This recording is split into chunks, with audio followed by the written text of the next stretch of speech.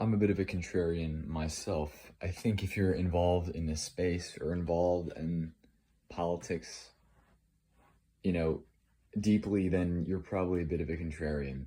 It's kind of how it ends up working because if you think deeply about things, eventually you start to go against the grain of a lot of opinions. And you also start to realize that a lot of what you were told in school or in other places, the common narrative was manipulated.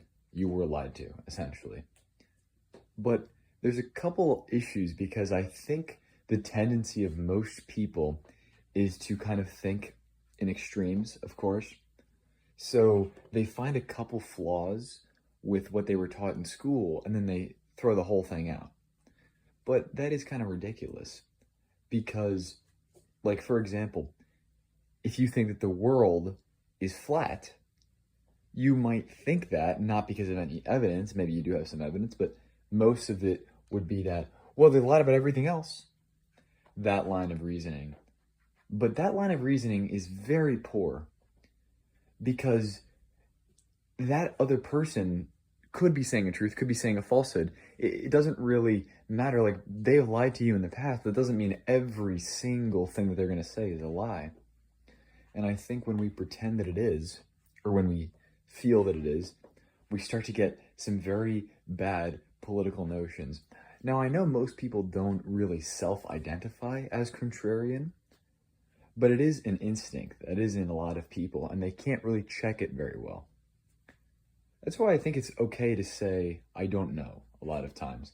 That's a good answer. If you genuinely don't know, then you don't know. You can also say, oh, I have like a gut feeling about this, or I'm skeptical of this, but I'm not sure. But the thing is, with a lot of these people, for whatever reason, they are so confident. Like some of the guys that go on like the Joe Rogan podcast or something like that, they're like so confident about what they say. But it's all conspiracy slop. That's what I hate. I hate all those conspiracy slop nonsense about, oh, UFOs, this, that. It's like, okay, well, are aliens real? I don't know. See, normally I was on the side of no, but I mean, the thing is, the universe is quite vast, and if we count any type of life as an alien life form, so like plants, bacteria, I think there is a somewhat decent chance of that. But is there intelligent life forms out there?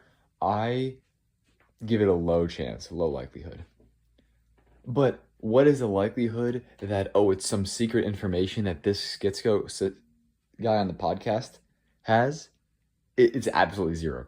Like, there's no way. And again, they always say this stuff like, oh, I'm not suicidal, by the way, or something like that. It's like, nobody's coming after you, okay?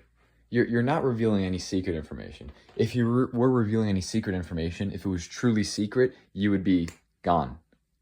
Like, we wouldn't even know your name. You would be erased from existence. At least that's the way I think. Not that I believe that there is some extreme shadow government or anything. There's some elements of mystery, of course, but it's not like a movie, all right? We don't live in some kind of eyes wide shut movie. It's ridiculous. But these people, they kind of get a couple things right because they're going contrarian, and then they make it their whole personality because they can't think properly. They can't use logical, rational reasoning. So they resort to this heuristic of inversion, basically. Inversion of whatever the common narrative is. Like, even the politician that you dislike most, not everything coming out of their mouths is lies.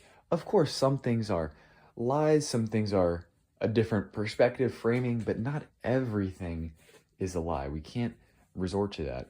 And that's another issue, I think, with contrarianism that these people don't realize, which is the funniest part, is that if you are always opposite to the mainstream opinion, then you are letting the mainstream control you. Meaning, for instance, if you are a normal person with normie beliefs, you are getting swayed by the tides of culture and information in the media, okay? You're cattle, all right? We understand that. But what these contrarians don't realize is if you're always doing the opposite of what the normies are doing, then you're going the same direction that they are, but of course the opposite. But you're moving the exact same motion as them, meaning you are being equally swayed by the motions of culture, meaning you are not really in control of your beliefs. Your beliefs are completely controlled by the mainstream, but it's simply the opposite direction. So you are also kind of a cattle too. That's the funniest part.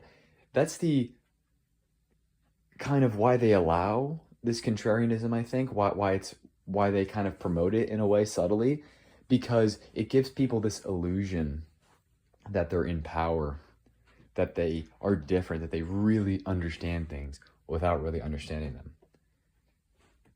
But in reality, don't be a contrarian, don't be a normie, simply think for yourself. I know, it's so hard to do. Now, everybody thinks they do that, of course, but very few actually do. And that's okay, but you're like, try to walk in that direction, basically. Like, when somebody says something, don't get emotional about it. Try to think if it makes sense or not. And you can identify the same arguments, but also, again, give people the benefit of the doubt, I would say.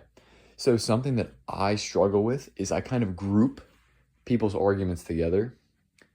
So when you've heard enough arguments from enough similar type of people, you start to group all the arguments together and you categorize them as bad because they are bad sometimes, right? Because most of the arguments you're hearing are coming from uneducated people. For instance, like atheism versus Christianity. There are some Christians who don't know what they're talking about at all and they make a fool of themselves. But there are also a lot of atheists online, they're Reddit type atheists, who are complete buffoons, but they think that they're geniuses. But the thing is, both sides only tend to look at the ones who haven't studied the situation very much and their arguments. People who haven't thought about things, because again, that's most people. And they point and laugh at the other side. They're like, oh my gosh, they're so stupid. They don't understand anything.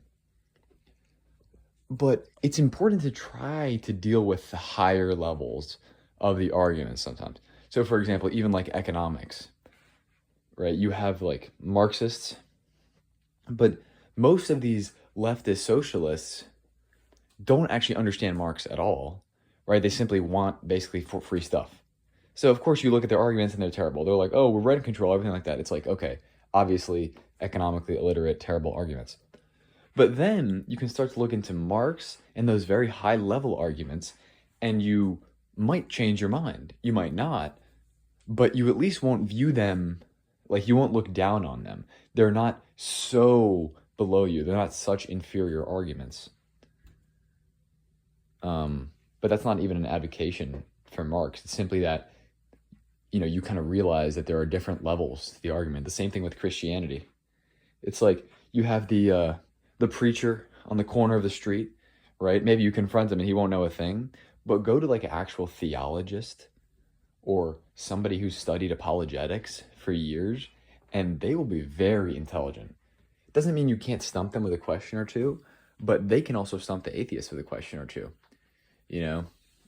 That's why, like, if these arguments were so simple, they would have been resolved thousands of years ago, literally, because a lot of these arguments have been going on for thousands of years.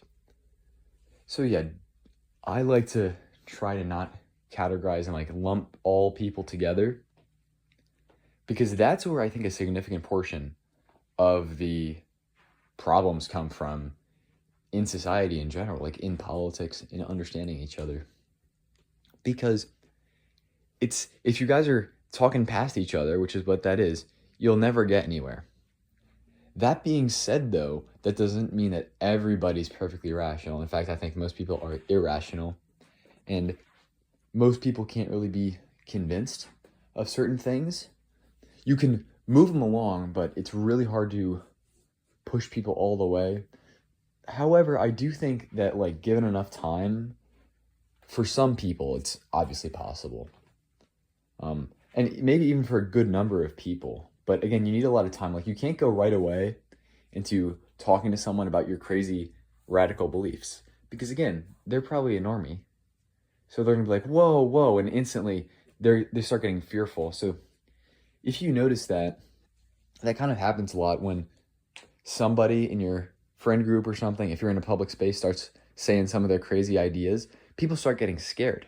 Really, there's no reason to get scared, but you have this like natural instinct within you to distance yourself from the contrarian, basically, from the guy that's going against the grain, because in a tribal place, you might be endangering your own life.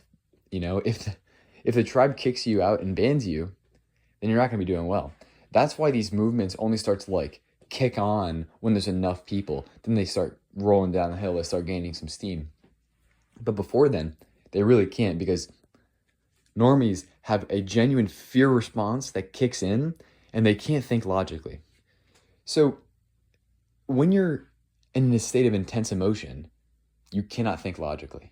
It's almost not possible. It's almost like when you wake up in the morning and somebody's like, all right, we gotta go, let's go. And you're like, what? Huh? Like you don't know what's going on. You're kind of disoriented. But with this, it's not like you're disoriented, but you're simply like, you get scared and you're not even thinking about the argument. You're simply thinking about, okay, let's stop this right now. Let's not do that. And a lot of people use it to their advantage, especially social shame tactics. So people will shame others for their beliefs. And that's a good way of enforcing their beliefs without actually having to deal with the argument. That's why it's mostly like people who are a bit autistic or on the spectrum or something like that, that are able to kind of resist because they're not as susceptible to the social pressures. But again, if you're too on the spectrum, then you're going to be spazzing out basically, and nobody's going to listen to you, even if you have a good argument. So you got to be a bit in between, I would say. Not like that's something you can entirely control, but you can kind of shut your mouth a bit. So really, being a contrarian, you are almost equally as much of a sheep as the normies are. So think different, like the Apple campaign. Think different, be an individual, think for yourself, seek the truth. That's about it. See ya.